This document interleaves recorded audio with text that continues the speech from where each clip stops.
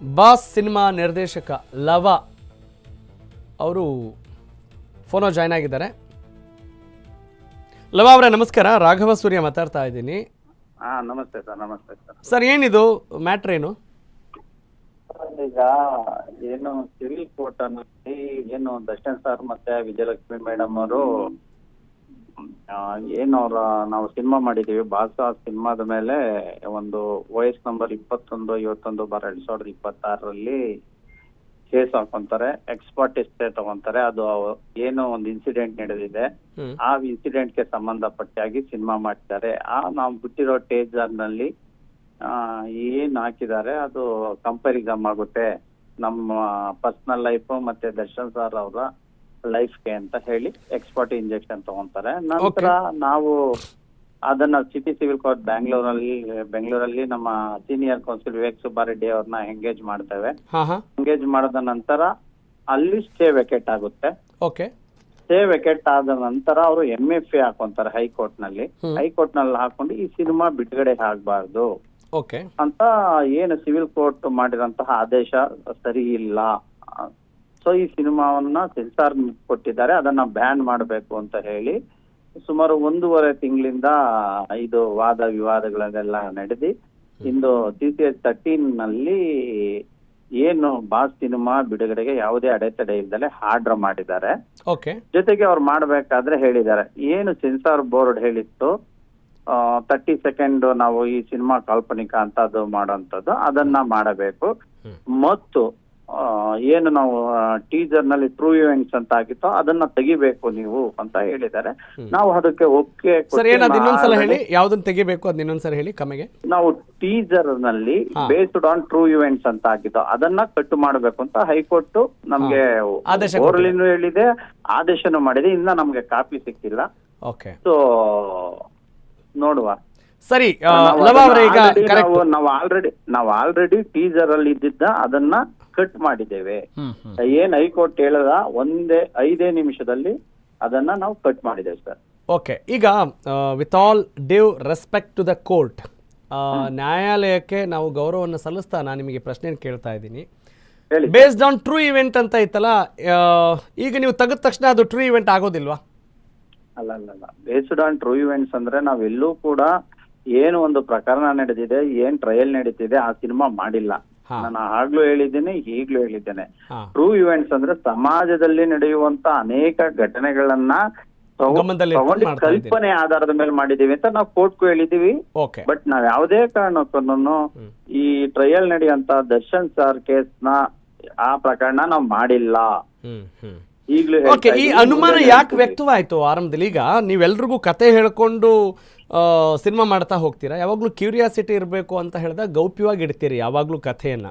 ನನ್ನ ಒಬ್ಬ ಸಾಮಾನ್ಯ ವೀಕ್ಷಕನಾಗಿ ನಾನು ನಿಮಗೆ ಪ್ರಶ್ನೆ ಕೇಳ್ತಾ ಇದ್ದೀನಿ, ವಿಜಯಲಕ್ಷ್ಮಿ ಅವರಿಗೆ ಅನುಮಾನ ಬರೋಕ್ಕೆ ಕಾರಣ ಏನು? ವಿಜಯಲಕ್ಷ್ಮಿ ಮೇಡಮ್ಗೆ ಏನ್ಗೆ ಅನುಮಾನ ಬಂತು ನನಗೆ ಗೊತ್ತಿಲ್ಲ ಸರ್. ವಿಜಯಲಕ್ಷ್ಮಿ ಮೇಡಮ್ ಅಲ್ಲ, ದರ್ಶನ್ ಸಾರ್ ಕೂಡ ಹಾಕಿದ್ದಾರೆ. Darshan sir is A appellant number 1, Vijayalakshmi madam is A appellant number 2. Both are filing sir. ಇವತ್ತು ಡಿಸ್ಮಿಸ್ ಆಗಿದೆ ಸರ್. ಅಲ್ಲ ಸರ್, ಅಂದ್ರೆ ಇದು ಏನಾದ್ರೂ ಒಂದ್ ಇರ್ಬೇಕಲ್ಲ, ಬೆಂಕಿ ಇಲ್ದೆ ಹೊಗೆ ಆಡುತ್ತಾ ಅನ್ನೋ ಒಂದು ಪ್ರಶ್ನೆ. ಈಗ ನಾನು ಹೇಳಿದೆ ಕೋರ್ಟ್ ವಿಚಾರ, ಅದಕ್ಕೆ ಗೌರವ ಕೊಟ್ಕೊಂಡು ಒಬ್ಬ ವೀಕ್ಷಕನ ಮನಸ್ಸಿನಲ್ಲಿ ಏನ್ ಬರುತ್ತೆ ಪ್ರಶ್ನೆಗಳು ಅನ್ನೋದು ನಿಮ್ಗೆ ಹೇಳ್ತಾ ಇದ್ದೀನಿ. ಇನ್ನೊಂದು ಯಾಕೆಂದ್ರೆ ಬಾಸ್ ಅನ್ನೋದನ್ನ ನಮ್ಮ ಕರ್ನಾಟಕ ಜನ ದರ್ಶನ್ ಸರ್ ಅವ್ರಿಗೆ ಕರೀತಾರೆ. ಹಾಗಾಗಿ ಆ ವಿಚಾರವನ್ನ ಯಾರು ಕೂಡ ಬಾಸ್ ಅನ್ನೋ ಟೈಟಲ್ ನಿಕ್ಕೊಳಂಗಿಲ್ಲ ಅಂತ ಹೇಳಿದ್ರು. ಬಟ್ ಆದರೆ ನಮ್ಮ ವಾದ ಏನಿತ್ತು ಅಂದ್ರೆ boss is A generic word. ಇದನ್ನ ಯಾರು ಬೇಕಾದ್ರೂ ಕರೀತಾರೆ. ಒಬ್ಬ ಕೂಲಿ ಕಾರ್ಮಿಕ ಅವನ ಯಜಮಾನನ್ ಕರೀತಾರೆ. ಇದು ಏನು ಯಾರಿಗೂ ಪೇಟೆಂಟ್ ಇಲ್ಲ ಅನ್ನೋ ನಮ್ಮ ವಾದ ಇತ್ತು. ಅದನ್ನು ಇವತ್ತು ನ್ಯಾಯಾಲಯ ಪುರಸ್ಕರಿಸಿದೆ. ಸೊ ನಮ್ಮ ಏನ್ ದರ್ಶನ್ ಸರ್ ಮತ್ತೆ ವಿಜಯಲಕ್ಷ್ಮಿ ಮೇಡಮ್ ಹೋಗಿದ್ರು ಹೈಕೋರ್ಟ್ಗೆ, ಅದನ್ನ ವಜಾ ಮಾಡಿದೆ. ಸೊ ನಾವು ಆಲ್ರೆಡಿ ಒಂದು 2 ಡೇಟ್ ರಿಲೀಸ್ಗೆ ಪ್ಲಾನ್ ಮಾಡ್ಕೊಂಡಿದ್ದೋ, ಪೋಸ್ಟ್ ಪೋನ್ ಆಗಿದೆ. ತುಂಬಾ ನಮ್ಗೆ ಲಕ್ಷಾಂತರ ರೂಪಾಯಿ ನಷ್ಟವಾಗಿದೆ. ಹೌದಾ? ಹೌದು ಸರ್. ಈಗ ನೆಕ್ಸ್ಟ್ ನಿಮ್ಮ ಮುಂದಿನ ಆಕ್ಷನ್ ಏನು? What is your moment?